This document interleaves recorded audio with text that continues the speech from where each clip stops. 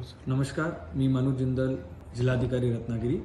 आज मी आपल्या माध्यमातून रत्नागिरीतले सर्वसामान्य नागरिकांना एक माहिती देऊ इच्छितो। आपल्याकडे जिल्ह्यामध्ये चांगली प्रमाणात गॅस LPG गॅसचा साठा आहे आणि त्याची सप्लाय आहे। आपल्याकडे जिल्ह्यामध्ये जवळपास 27 गॅस एजन्सीज आहेत। ते सर्वांशी माझा बोलणं झालं आहे, त्यांची मी मीटिंग घेतली आहे।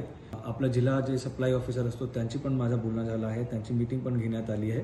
आणि जिल्ह्यात जे आपले पूर्ण महाराष्ट्रातले जे नोडल ऑफिसर्स आहेत, BPCL, HPCL सर्व कंपन्यांसोबत जे समन्वय करतात त्यांच्याशी पण माझं बोलणं झालं आहे।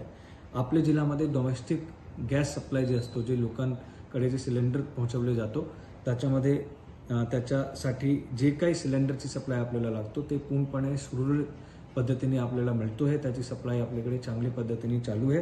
तो त्याच्यामुळे आपण गॅस बुकिंग करण्यासाठी माझं आव्हान आहे सर्व जनतांना की गर्दी करू नये, कारण त्याच्यामुळे गॅस एजन्सी जी आता 24 तास 7 दिवस काम करतायत त्यांच्यावर थोडा प्रेशर निर्माण होतो आहे।